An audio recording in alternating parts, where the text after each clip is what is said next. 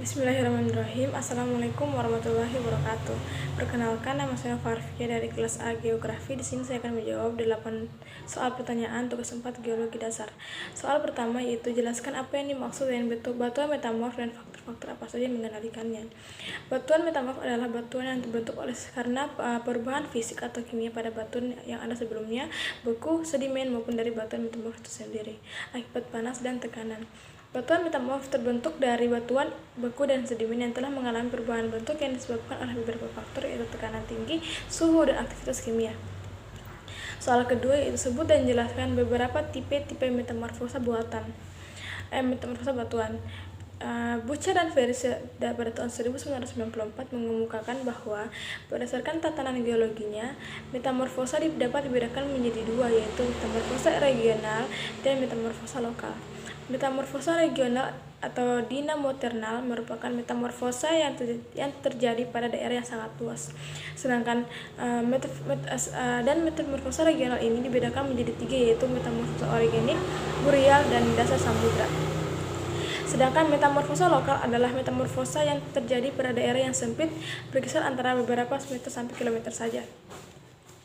Soal ketiga yaitu jelaskan 3 tingkat derajat metamorfosa batuan. Berdasarkan tekanan dan temperatur, metamorfosa dapat dibedakan menjadi 3 derajat metamorfosa, yaitu derajat metamorfosa rendah, dan sedang, dan tinggi. Metamorfosa boreal terjadi pada tekanan dan temperatur yang rendah dan serta kedalaman yang relatif dangkal. Tipe metamorfosa akan meningkat seiring dengan meningkatnya tekanan, temperatur, dan kedalaman. Batuan metamorfosa derajat rendah dicirikan oleh berlimpahnya mineral-mineral hidrat, yaitu mineral-mineral yang mengandung air dalam strukturnya.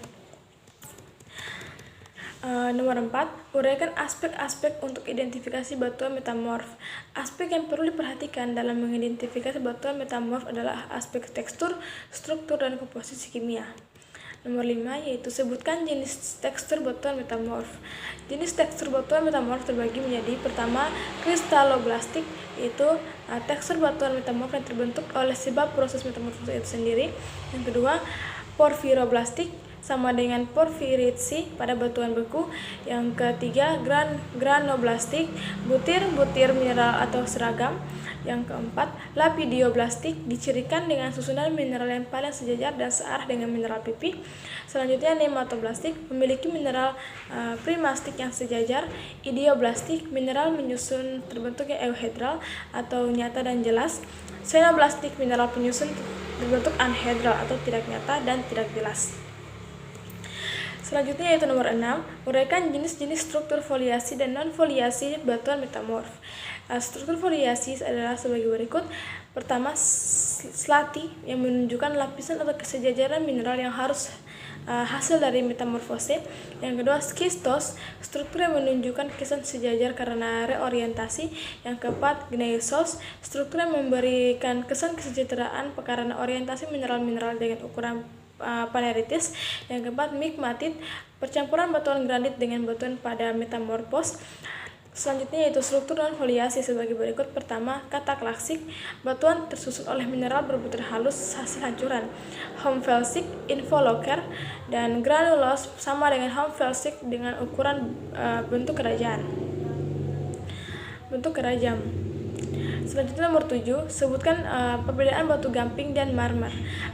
Batu gamping merupakan jenis bahan galian non-logam yang menjadi bahan baku utama di sebuah pembuatan semen. Sedangkan batu marmer merupakan batuan metamorf yang berasal dari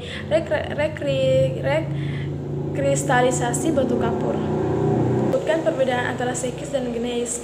Sekis dan gneis adalah dua jenis batuan yang terlihat sangat mirip. Sekis adalah jenis batuan metamorf tingkat menengah yang berisi butiran-butiran seperti lembaran dalam suatu pola, dan gneis di sisi lain dibentuk dalam pola lapisan struktur planar seperti lembaran. Baik, saya kira itu saja. Kurang dan lebihnya mohon dimaafkan. Wabillahi taufiq wal hidayah. Wassalamualaikum warahmatullahi wabarakatuh.